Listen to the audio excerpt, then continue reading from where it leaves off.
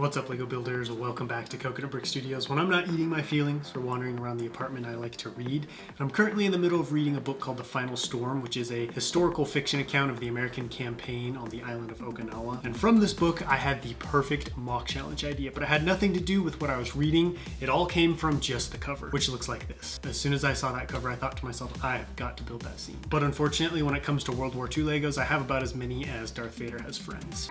The gang's all here. Then inspiration struck. I thought to myself, why not build that scene, but in Star Wars? So in today's challenge, I'm going to be taking that picture and recreating it in the Star Wars universe, complete with clones, droids, and a flame tank. But no more spoilers. Don't forget to execute Order 66 on that like button, and let's get roasting, building. To start, I need to lay out the plates and figure out what shape this mock is going to be. I drew it out beforehand, but that's mostly just to get a very general idea of the shape and layout of everything, because I'm terrible at drawing. So now I need to figure out what exactly it's going to look like. Because the scene I'm recreating is terrain based, I wanted to make the shape represent the dynamic and rolling nature of the outdoors. So I'm going to create a rough pyramid shape with the flat part being the back of the mock. And since it's outdoors, I get to bust out the bins of green parts once again. Once all the plates are connected together, I will start making the freeform frame that will smooth out all those jagged edges around the mock and give it that desired rounded shape. Freeform was my biggest obstacle while building this. For some reason, I really lack the confidence in my ability to make good looking freeform. I've studied what other people do, practiced and gone over the concept many times in my head, but like talking to girls in high school, when it comes time to take action and make something happen, I freeze up and my mind goes blank. But one thing that really helped this time around was instead of focusing on a specific technique or way of building, I just built with the slopes and plates in a way that looked cool without thinking about it too much, and I ended up very happy with the result. I think building this way helps represent the chaotic and unorganized terrain that we see in nature. Now that the mock is framed in, it's time to start building the terrain. This was much easier because the outline has already been completed, so now I just need to copy the shape I made with wedge plates and brick. Once all that is done, I can fill in the rest of the mock with regular plate. Well, maybe I could have 2 months ago, but unfortunately Coruscant has eaten up just about every green plate of a decent size that I have, so I'm left with the scraps to piece together here.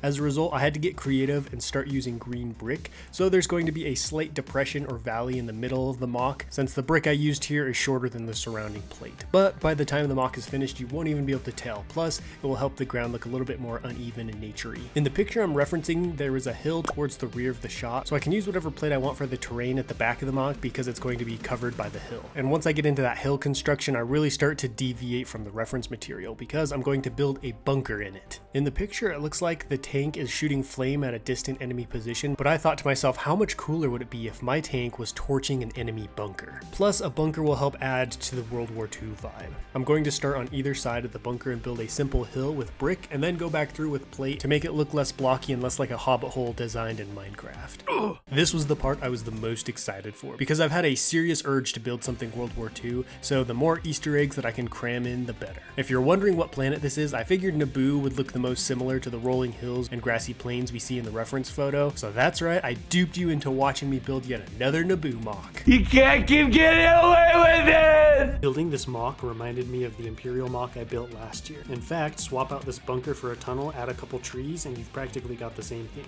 Once the sides of the hill are built, I'm going to cover the top of the bunker with a nice green helmet. I would have liked this bunker to be built deeper into the hill and have less of it exposed, but since the hill was so small, this was the best I could do. In addition to the plates, I'm using cheese slopes to help reduce the blockiness of the hill. After the bunker is all complete and encased in the hill, it's time to add the only other landmark of the mock, a dirt road. Since all the tax credits of the Naboo people go to Queen Amidala's fancy dresses and chrome ships, they had to make do with unpaved roads like this. Everything may look simple and blocky still, but I have a secret weapon up my sleeve that will give any mock a major glow up. Grass pieces. It's like the makeup of the mock building world. It will cover up any blemish or blocky feature and will take your mocks from simple builds to masterpieces that will slay in any Lego contest.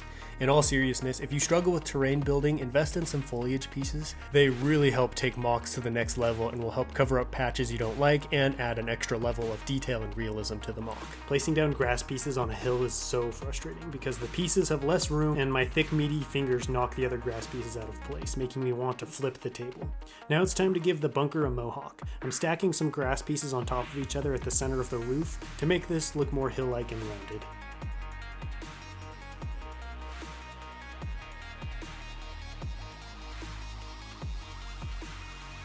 The terrain portion of this build is done, and now it's time for the tank. I'm going to modify the guns on a regular Republic fighter tank to be flamethrowers by adding thicker barrels, a canister at the back, and connecting both of these together by a flex pipe. I'm pretty proud of how these look, and I'm probably going to keep this variant of the tank built permanently for future mocks and projects. And I know these tanks may not be super practical, but now they're ready to go roast some droids. How do you like the smell of wood?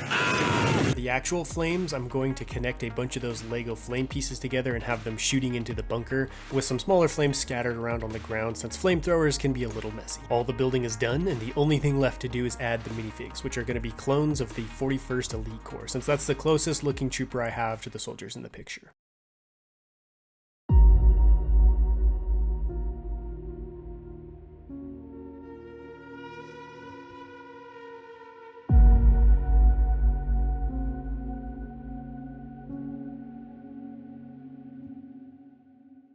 Out in the grass plains of Naboo, a squad led by Commander Grievous is tasked with flanking an enemy position, and en route to their attack point, they run into a heavily armed bunker guarding the road. This would have been a problem for Grievous and his men, except they had brought along one of the latest Republic war machines to hit the front lines, the Republic Flame Tank, whose twin jets of napalm make short work of the bunker's defenses and its inhabitants. I had the time of my life building this mock, partly due to this being the first build I've gotten to do since moving into the new place, and partly because I've been wanting to build a World War II mock for some time now. It's not every day I have this much excitement for a project, so there will be more stuff like this to come. My favorite part of the build was definitely the bunker and flame tank, which makes sense, I guess, since everything else is kind of just there as a backdrop for those two things. I think the 41st fit this scene really well, and I added large backpacks to a couple of them to further add to that World War II vibe. If you're wondering who's in the bunker, it's Jar Jar and Commander Fox. I'm just kidding, it's just some droids. I couldn't think of another enemy that would be facing off against clones on Naboo, plus even though they're made of metal, I'm sure the heat would melt their circuits of weapons, but leave the bunker mostly intact in case the Republic wants to take it. I also had some of those big flame pieces poking out of the bunker to represent the flames shooting off of the floor and back out of the slit. I'm most pleased with the canisters and flame apparatuses on the tank, although I would like to experiment with some smaller, more realistic tubes since these look kinda goofy.